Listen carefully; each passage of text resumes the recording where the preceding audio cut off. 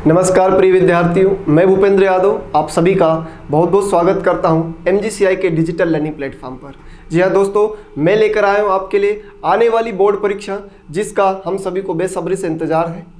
अब भैया परिस्थितियां विषम हो रही है, तो इन विषम परिस्थितियों में कैसे पढ़ा जाए, तो MGCI ने इस चीज़ को ध्यान में रखते हुए आपके लिए निःशुल्क सेवा पर यह प्रारंभ किया गया कोर्स, जिसमें हम बात करेंगे क्रॉप प्रोडक्शन, एनिमल हस्बेंड्री की। जी हाँ दोस्तों, आज से हम स्टार्ट करेंगे क्रॉप प्रोडक्शन। और क्रॉप प्रोडक्शन को स्टार्ट करने से पहले हम लोग जो नवीनतम ब्लूप्रिंट है, जो कि माध्यमिक शिक्षा मंडल बोर्ड भोपाल के द्वारा गठित किया गया है, जिसमें कुछ परिवर्तन हुए, उस परिवर्तन के बाद हम इसको स्टार्ट करेंगे। और खुशी की बात है कि यहाँ पर हर वर्ष हमें 20 चैप्टर पढ़ना पड़ते थे, 20 लेसन को रीड करना पड़ते थे, लेकिन इस वर्ष उसमें से 6 चैप्टर को हटा दिया गया है, अर्थात हमें 6 चैप्टर कम पढ़ना पड़ेंगे। तो ये खुशी की भी बात है हमारे लिए। तो आइए बिना विलंब के हम स्टार्ट करते हैं। जैसे कि हम बात करें हमारा जो नवीनतम ब्लूप्रिंट है, अब इस नवीनतम ब्लूप्रिंट की बात करें तो भैया ये क्रॉप प्रोडक्शन के लिए बनाया गया है,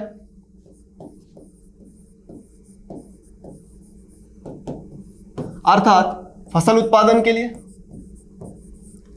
अब हम बात करें कि इसमें परिवर्तन क्या क्या हुए और किस इकाई से कितने क्वेश्चन आएंगे। हम इसको एक बार थोड़ा सा जल्दी देख लेते हैं, फिर हम आगे स्टार्ट करेंगे हमारा फर्स्ट चैप्टर। ठीक है भैया, तो जैसे कि हमारी बात होती है फर्स्ट चैप्टर की, जिसका नाम है ड्रेनेज अर्थात जल निकास। इससे कुल अंक आएंगे 4। पहले इससे एक ही क्वेश्चन आता था 4 मार्क्स का, लेकिन इस वर्ष इसमें परिवर्तन किया गया है। अब परिवर्तन क्या है जो हमें यहाँ दिख रहा है, 2 अंक के 2 क्वेश्चन आएंगे, अर्थात कुल 4 अंक का वेटेज है। लेकिन परिवर्तन क्या हुआ है कि अब वो 2 अंक के आएंगे 2 प्रश्न, पहले 4 अंक का 1 प्रश्न होता था। समझ गए होंगे। जैसे हम बात करें सेकंड चैप्टर की, दैट इज प्लांट न्यूट्रिशन, पादप पोषण। प्लांट न्यूट्रिशन का वेटेज है भैया 6 मार्क्स का, 6 अंक के। यहाँ पर हमें 6 अंक का यूनिट है, जिसमें हमें 3 अंक के 2 प्रश्न देखने को मिलेंगे। नेक्स्ट है भैया फर्टिलाइजर्स, उर्वरक की बात करें तो यहाँ पर हमें कुल जो इसका वेटेज है वो 5 अंक का है। उसमें अगर हम देखें तो हमें 2 अंक का 1 प्रश्न और 3 अंक का 1 प्रश्न देखने को मिलेगा। इस तरह से कुल कितने प्रश्न देखने को मिलेंगे? 2, जिसका वेटेज है 5 मार्क्स। फिर है प्लांट प्रोटेक्शन फर्स्ट, पौध संरक्षण फर्स्ट। ये भैया यहाँ से 4 अंक का वेटेज है इस इकाई का, इस यूनिट का, जिसमें से हमें एक फिल इन ब्लैंक्स, एक ट्रू फॉल्स और एक 2 अंक का क्वेश्चन देखने को मिलेगा। इस तरह से इसे हमें एक क्वेश्चन पढ़ने को मिलेगा और 2 ऑब्जेक्टिव पढ़ना है। ठीक, आगे बात करें हम तो प्लांट प्रोटेक्शन सेकंड, पौध संरक्षण द्वितीय। इसमें भैया कुल 4 अंक का वेटेज है और इसमें कोई भी प्रश्न नहीं आएगा। इससे सिर्फ आपको ऑब्जेक्टिव पूछा जाएंगे, चाहे वो मल्टीपल चॉइस हो, चाहे फिल इन द ब्लैंक्स हो, चाहे ट्रू फॉल्स हो, चाहे मैच द कॉलम हो, अर्थात बहुविकल्पी प्रश्न हो सकते हैं। रिक्त स्थान होगा, एक ट्रू फॉल्स होगा और एक सही जोड़ी। इस तरह से इस चैप्टर का वेटेज बताया गया है, चैप्टर नंबर 5 का प्लांट प्रोटेक्शन सेकंड। अब ये सीक्वेंस पर ना जाए, नाम ध्यान रखना, हमें इस नाम के अकॉर्डिंग हमें चैप्टर पढ़ना है, क्योंकि बीच में से कुछ चैप्टर हटाए गए हैं, इसलिए सीक्वेंस बिगड़ चुका है। समझ गए बात को? इसलिए आपको केवल चैप्टर का नाम याद रखना है और उसका वेटेज कितना है। आगे हम बात करें नेक्स्ट चैप्टर के ऊपर चले तो भैया हमें यहाँ पर देखने को मिल रहा है कल्टीवेशन ऑफ क्रॉप, फसलों की खेती फर्स्ट। पहले इससे मात्र 5 अंक का एक क्वेश्चन आता था, अब यहाँ पर इसका वेटेज बढ़ा दिया 4 नंबर का, और कुल कितने अंक हो गए? 9 अंक हो गए, जबकि 9 अंक की पहले कोई इकाई नहीं होती थी। लेकिन इस वर्ष इसमें बहुत बड़ा परिवर्तन किया गया है। अब परिवर्तन यहाँ किया गया है, पहले भी 4 अंक का या 5 अंक का प्रश्न यहाँ से बनता था, लेकिन 5 अंक का तो बन रहा है, लेकिन 4 अंक का और 3 अंक का जो प्रश्न यहाँ से नहीं आएगा। ऐसे 2 अंक के 2 छोटे छोटे प्रश्न हमें देखने को मिलेंगे। इस तरह से इस इकाई का कुल वेटेज हो गया 9 अंक का। उसके बाद मशरूम कल्टीवेशन, इसमें कोई चेंज नहीं है, एज इट इज है, ये जैसे पहले वर्षों में था वैसे ये। यहाँ से 3 ऑब्जेक्टिव आएंगे जो कि हर वर्ष की तरह आ रहे हैं।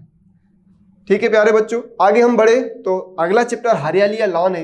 ये भी एज इट इज है, इसमें भी कोई परिवर्तन नहीं है, ये भी पहले ऐसा ही था और वर्तमान में भी ऐसा ही है, इसमें कोई परिवर्तन नहीं है। इसमें से 3 अंक का एक क्वेश्चन आएगा जिसको हमें पढ़ना है आगे। अब बात करें मेथड्स ऑफ प्लांट प्रोपोगेशन, पौध प्रसारण की विधियां, इसका वेटेज हो गया भैया 7 मार्क्स। काफी वेटेज बढ़ा दिया गया इसका, इसमें लगभग 3 अंक बढ़ा दिए गए। पहले 4 मार्क्स का एक क्वेश्चन हुआ करता था, अब इसमें 3 नंबर बढ़ा दिए और कुल इसका वेटेज हो गया है 7 अंक का, जिसमें अगर हम देखें तो 2 अंक के 2 प्रश्न देखने को मिलेगा और 3 अंक का 1 प्रश्न मिलेगा। ठीक है, इस तरह से कुल यहाँ पर हमें 3 प्रश्न देखने को मिलेंगे। किस चैप्टर से? मेथड्स ऑफ प्लांट प्रोपोगेशन, पौध प्रसारण की विधियां। देन उसके बाद अगर हम आगे बढ़े तो अगला है कल्टीवेशन ऑफ फ्रूट क्रॉप्स, फलों की खेती, 8 नंबर का। जहां पहले कभी इससे 4 या 5 अंक का क्वेश्चन होता था, मार्क का क्वेश्चन आता था, अब इसका भी वेटेज बढ़ा दिया गया है और इसमें 4 नंबर ऐड करके इसको 8 नंबर का कर दिया गया है। यहाँ से भैया मल्टीपल चॉइस पहले भी आता था, अब भी आ रहा है, कोई बड़ी बात नहीं है, लेकिन 2 अंक का क्वेश्चन पहले नहीं आता था, इसमें नया है और एक 5 अंक का क्वेश्चन आएगा। इस तरह से कुल 2 प्रश्न रहेंगे और एक ऑब्जेक्टिव और वेटेज हो जाएगा 8 अंक का। आगे हम बढ़े तो अंतिम अगर हम देखें इसमें जो हमारा अंतिम चरण है सिलेबस का, ब्लूप्रिंट का, क्रॉप प्रोडक्शन का, तो भैया इसमें अगर हम देखें यहाँ पर तो हमें देखने को मिलेगा production techniques of medicinal plant, औषधीय पौधों की उत्पादन तकनीक। इससे पहले भी ऑब्जेक्टिव आते थे और अभी भी ऑब्जेक्टिव आएगा, लेकिन स्पष्ट मेंशन किया गया है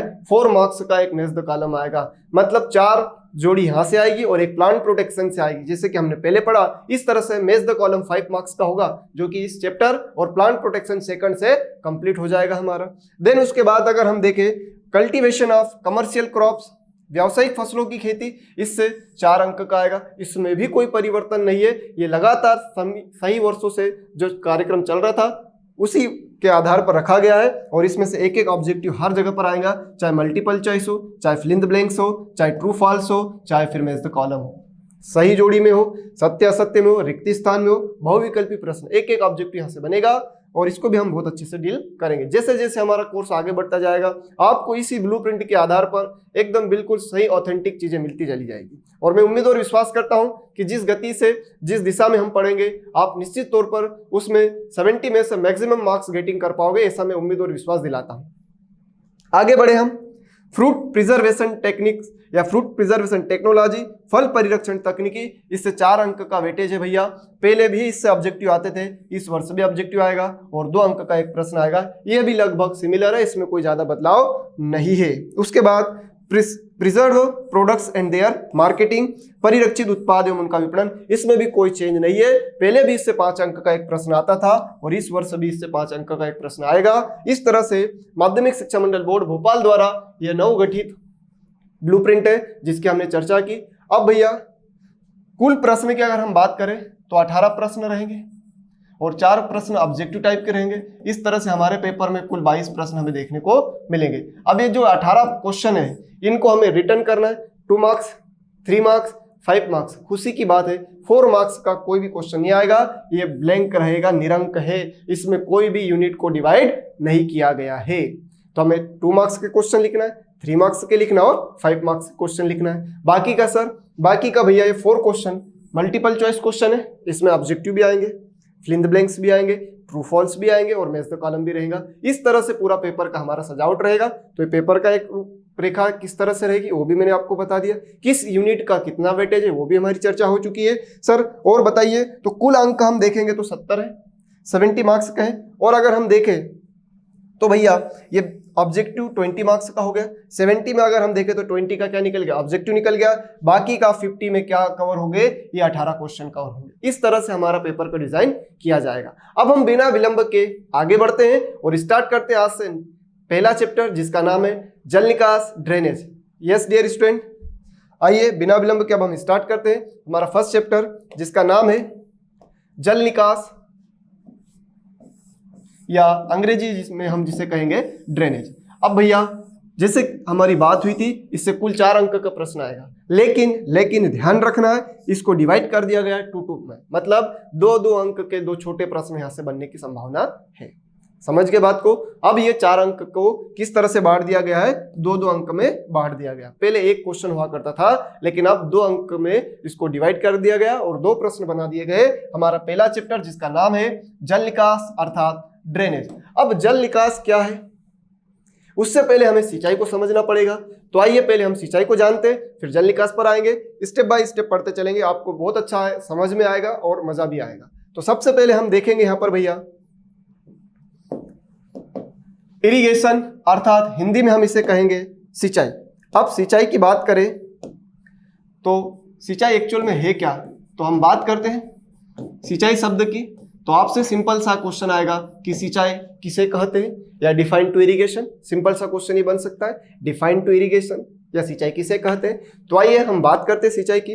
तो सिंचाई की जब हम बात करें तो भैया जब भी खेत में या फील्ड में कृत्रिम रूप से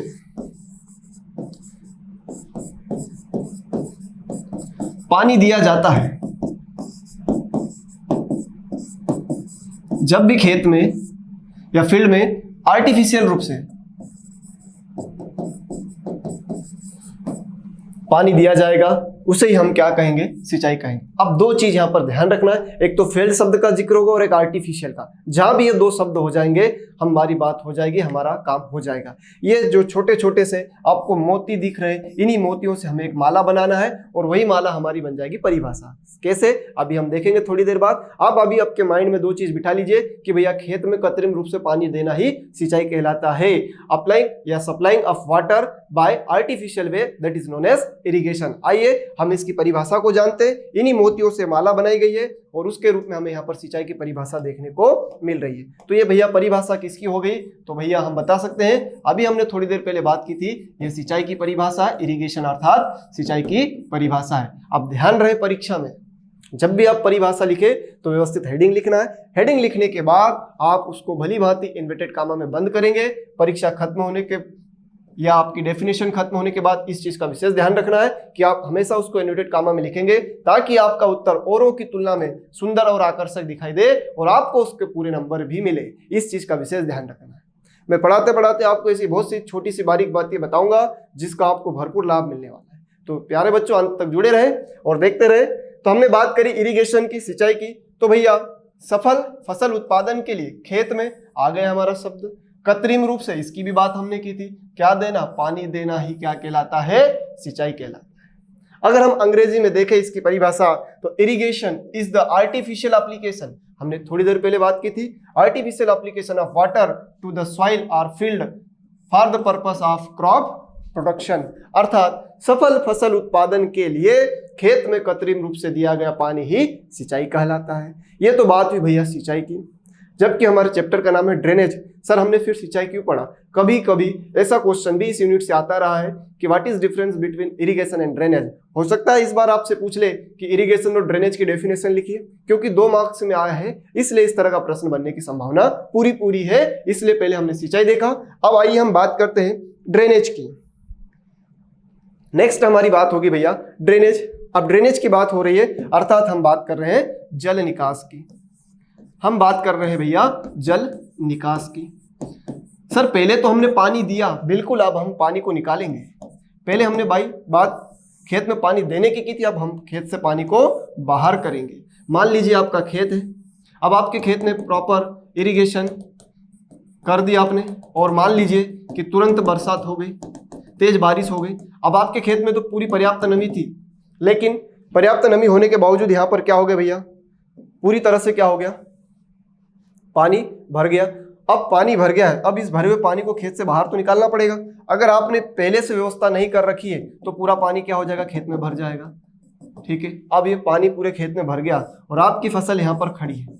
आप सब भली भांति जानते हो कि एक पानी भरे खेत में फसल सर्वाइव नहीं कर पाएगी, वो मर जाएगी।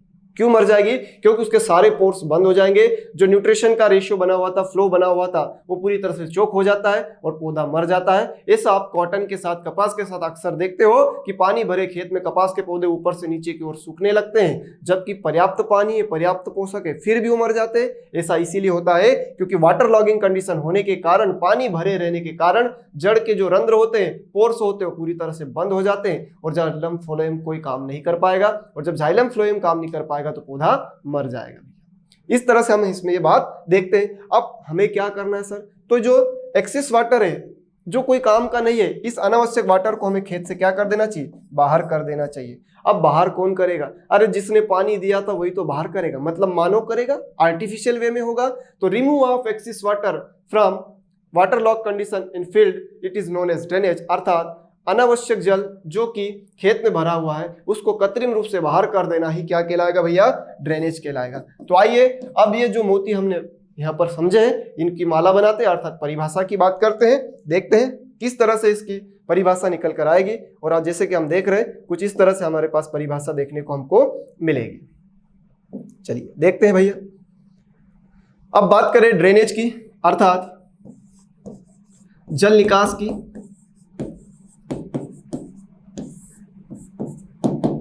तो परिभाषा जब भी लिखना हमने बात हुई है कि हमेशा हम उसको इन्वर्टेड कामा में लिखेंगे, ये हमारा प्लस पॉइंट होगा ताकि हमारी काफी सुंदर और आकर्षक दिखे और हमें पूरे पूरे नंबर मिले।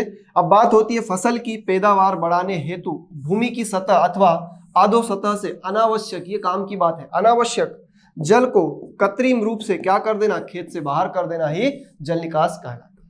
मतलब जिस जल की हमें आवश्यकता नहीं है उसे खेत से बाहर कर देंगे और कृत्रिम रूप से करेंगे। अब मानव काम करेगा इसीलिए नाम हो गया आर्टिफिशियल। उसके बाद अगर हम अंग्रेजी में बात करें तो drainage is removal of excess gravitational water from the soil by artificial means to enhance crop production। अर्थात फसल उत्पादन को सफल करने के लिए अनावश्यक जल को हमें खेत से बाहर कर देना ही क्या कहलाएगा भैया, वो कहलाएगा हमारा ड्रेनेज या जल निकास। आई होप डियर स्टूडेंट आपको ये दोनों परिभाषा समझ में आ गई होगी कि पहले तो हमने पानी दिया, दूसरा हमने निकाला। तो देना सिंचाई कहलाएगा, निकालना ड्रेनेज कहलाएगा। सिंपल सा है। अगर आप खेत में पानी दे रहे हो दैट इज इरिगेशन और खेत से पानी को रिमूव करो दैट इज ड्रेनेज। अब भैया ड्रेनेज करने की नौबत क्यों आई, तो इससे क्या कारण है जिससे खेत में पानी भर गया। तो आइए हम देखते हैं। यहीं से एक क्वेश्चन बनता है, what are the causes of water logging condition. ऐसे क्या कारण थे जिससे कि जलाक्रांति की स्थिति बन गई, ऐसे कौन से कारण थे जिसके कारण खेत में पानी भर गया। तो पहला और इंपॉर्टेंट क्वेश्चन है, याद रखना, आपसे पूछा जाएगा what are the causes of water logging condition. खेत में जल भर जाने के क्या क्या कारण है या खेत में जलाक्रांति होने के क्या कारण है। What are the condition of water logging, what are the causes of water logging, they are two different type question asked from you. First अगर हम बात करें जलाक्रांत होने के क्या कारण हो सकते हैं, तो जिसमें हम यहाँ पर दो कारण मेनली है जिनके ऊपर हम चर्चा करेंगे। एक तो हार्ड लेयर हो जाए और दूसरा आपके पास पुअर ड्रेनेज सिस्टम हो। तो हम समझते हैं इसको। मान लीजिए भैया ये आपकी सॉइल की लेयर है, ठीक है, और इस सॉइल के लेयर के नीचे आपके खेत में कुछ इस तरह से, सॉइल लेयर के नीचे कुछ इस तरह से एक लेयर बनी हुई है जो कि बहुत ही सख्त है, कठोर है। सब सॉइल में आप देख रहे हो कि एक लेयर है जो कि बहुत ही हार्ड हो गई है, बहुत ही कठोर है, ठीक। अब ये बहुत कठोर लेयर है, क्या इसको पानी पेनिट्रेट कर पाएगा? बिल्कुल नहीं कर पाएगा। अब पानी यहां पर आ रहा है, ये ऊपरी सतह है, मृदा की अपर लेयर है, और ये भैया निचली सतह या यूं कहे अधो सतह, और अच्छे से हम बोले अंग्रेजी में इसको तो ये है भैया सब सॉइल। अब सब सॉइल अगर हार्ड है, कठोर है, तो क्या पानी इसको नीचे जा पाएगा? बिल्कुल नहीं जा पाएगा। अब ऊपरी सतह से पानी आया, नीचे गया और नीचे उसको एक हार्ड लेयर मिल गई अधो सतह में, सब सॉइल में एक सख्त सतह मिल गई, कठोर सतह मिल गई, निचली परत में सब सॉइल क्या है, हार्ड है। तो पानी पहले तो नीचे भरेगा, फिर वापस धीरे धीरे ऊपर भरने लगेगा और पूरे खेत में वापस क्या हो जाएगा, पानी पानी हो जाएगा। अर्थात कौन सी कंडीशन आ जाएगी, जलमग्न की कंडीशन आ जाएगी, अर्थात पूरे खेत में वापस से पानी भर जाएगा। तो खेत में पानी भरने का, वाटर लॉग्ड होने का पहला कारण है अधो सतह में सख्त परत का होना। खेत में जो निचली सतह है वो बहुत सख्त है, उसके कारण खेत में पानी भर गया। पहला कारण समझ में आ गया, ठीक है। हार्ड लेयर इन सब सॉइल, अंग्रेजी वालों आपके लिए बहुत ही खुशी की बात है, समूचे मध्य प्रदेश में आपको ऐसा यूट्यूब चैनल नहीं मिलेगा MGCI का जिस तरह से बनाया गया है, जिसमें बोथ लैंग्वेज में आपको पढ़ने को मिल रहा है। तो ये अंग्रेजी विद्यार्थी जिनको काफी चिंता और परेशानी रहती है, बिल्कुल चिंता करने की जरूरत नहीं है, ये आपके लिए बहुत ही कारगर सिद्ध होने वाला है। अगर हम बात करें कि भैया अधो सतह कैसी हो जाए, हार्ड हो जाए। अब हार्ड हो गया तो पानी कहाँ आएगा, वापस ऊपर आएगा, नीचे तो जा नहीं पाएगा। तो पहला कारण है खेत में पानी भरने का अधो सतह में सख्त परत का होना, हार्ड लेयर प्रेजेंट इन सब सॉइल। इस तरह से आप पहला पॉइंट लिख सकते हो। सेकंड अगर आप ध्यान रहे तो जल निकास की उचित व्यवस्था ना होना, पुअर ड्रेनेज सिस्टम। अगर खेत में पानी भर रहा है और आपके पास इस पानी भरे हुए खेत से निकालने की कोई व्यवस्था नहीं है, तो पानी कहाँ रहेगा भैया, खेत में रहेगा। क्योंकि हमने ग्रीष्म ऋतु में, ग्रीष्म समय जो होता है उसमें प्रॉपर ड्रेनेज की जो हम कैनाल्स बनाते हैं, नालियां बनाते हैं, वो नहीं बनाई तो पूरा का पूरा पानी कहाँ रह गया, खेत में रुक गया। तो हमारे पास उचित जल निकास की व्यवस्था ना होना। और इसके अलावा अगर हम देखें कि कोई प्राकृतिक जो ड्रेनेज का मार्ग था उसके ऊपर हमने रोड बनवा दिए या कोई सड़क बन गई वहां से, ठीक है भैया, कोई रेल पुल निकल गया, इस तरह से कब कोई प्राकृतिक जो उसका ड्रेनेज सिस्टम था उसके कारण जो पानी को बाहर निकलने का रास्ता तो हमने बंद कर दिया। अब इसके लिए आपने देखा होगा कि जब भी रोड बनाए जाते हो जमीन से ऊपर बनाए जाते कुछ इस तरह से और खेत नीचे रह जाते हैं। अब फील्ड अगर बिलो द ग्राउंड हो गई और रोड ऊपर हो गया, सरफेस पे ज्यादा उठ गया, तो ऑब्वियस सी बात है इधर का पानी इधर रह गया, इधर का पानी इधर रह गया और उसको आने जाने का रास्ता बंद हो गया, इसलिए पूरी तरह से पानी खेत में रुक गया। अब बारिश के मौसम में देखते हैं कि जो रोड के किनारे वाले खेत रहते हैं वो जलमग्न रहते, क्यों? क्योंकि रोड निकलने के कारण, उनके आवागमन के कारण हमारे जो पानी का रास्ता तो हमने बंद कर दिया। ये भी एक कारण है जिसके कारण खेत में पानी भर सकता है। ऐसे और अनेक कारण है, लेकिन हमें सिर्फ 2 ही कारण लिखना है क्योंकि इससे 2 अंक का क्वेश्चन आएगा, इतना पर्याप्त रहेगा भैया इसके लिए। तो आई होप आपको समझ में आ गया। अब हम अगली बात देखें कि इसके पानी को हम निकालने की बात क्यों कर रहे हैं, या जल निकास के हमारे लिए क्या उद्देश्य हो सकते हैं, या जल निकास का क्या महत्व होगा। तो बहुत इंपॉर्टेंट क्वेश्चन है, कई बार रिपीट हुआ क्वेश्चन है, बहुत महत्वपूर्ण प्रश्न है, कई बार ये क्वेश्चन आ चुका है, ये प्रश्न कई बार रिपीट हो चुका भैया कि जल निकास के क्या उद्देश्य है, क्या महत्व है, objectives and importance of drainage. जल निकास का क्या उद्देश्य है, क्या महत्व है। तो भैया इसके पीछे सबसे पहला और महत्वपूर्ण जो उद्देश्य निकल कर आता है वो है इंक्रीज ऑफ क्रॉप प्रोडक्शन और इनहांस ऑफ क्रॉप प्रोडक्शन, अर्थात फसल उत्पादन को बढ़ाना ही इसका मुख्य लक्ष्य है। और improve of physical property of soil, proper aeration, ऐसे अनेक उद्देश्य है, लेकिन हमें 2 याद रखना है जो कि जस्ट में हम देखेंगे। सबसे पहला हमें देखने को मिलेगा वो ये भैया, सबसे महत्वपूर्ण एवं प्रमुख जो उद्देश्य है फसल उत्पादन को बढ़ाना। अगर हम अंग्रेजी में बात करें तो most important and main object is increase to crop production. अरे भैया पानी भरा रहा तो उत्पादन अपने आप कम हो जाएगा, और उत्पादन कम हो गया तो फिर क्या मतलब। इसलिए हमें सबसे पहले और प्रमुख जो इसका उद्देश्य समझ में आता है वो ये है कि फसल उत्पादन को बढ़ाना। अंग्रेजी में अगर हम बात करें most important and main object to increasing of crop production. Second अगर हम देखें तो मृदा की भौतिक दशा को सुधार करना, इंप्रूव सॉइल फिजिकल प्रॉपर्टीज।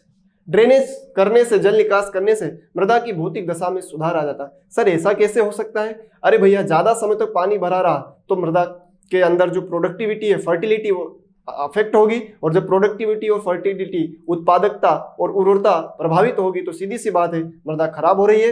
मृदा के अंदर जो न्यूट्रिएंट का रेशियो है वो भी डिफेक्ट होगा, और जब पोषक अनुपात का रेशियो डिफेक्ट होगा तो निश्चित रूप से मृदा खराब हो जाएगी। मृदा में सही ढंग से वायु का संचार नहीं होगा, ताप नहीं होगा, तो सीधी सी बात है मृदा बीमार पड़ सकती है, सीख हो सकती है, मृदा अम्लीय हो सकती है। ज्यादा समय तक पानी भरा रहा खेत में तो मृदा का जो नेचर है वो अम्लीय हो जाएगा, और ज्यादा अगर साल्ट वाला पानी है तो मृदा लवणीय हो सकती है, अल्कलाइन हो सकती है। ये सब सारे इसके डिफेक्ट है। इसलिए हमें चाहिए कि हम समय रहते खेत से अनावश्यक जल को बाहर करें, जिससे हमारे उत्पादन भी बढ़े और मृदा की भौतिक दशा खराब ना हो, क्योंकि मृदा स्वस्थ होगी तभी सफल फसल उत्पादन होगा। आई होप प्यारे बच्चों आज हमने जितनी बातें की, जैसे कि आज हमने बात करी थी इरिगेशन की, देन उसके बाद हमने बात करी थी ड्रेनेज की, उसके बाद ऐसे क्या क्या कारण है जिससे हमारे खेत में पानी भर जाता है, और उस पानी भरने को निकालने के लिए या ड्रेनेज करने के लिए हमने क्या उद्देश्य रखना है, क्या हमारा फायदा है, क्या लाभ है। इस तरह के जो प्रश्न बनते हैं उनके ऊपर चर्चा की। मैं उम्मीद और आशा करता हूं कि आज हमने जितना पढ़ा सब समझ में आया होगा। थैंक्स, धन्यवाद।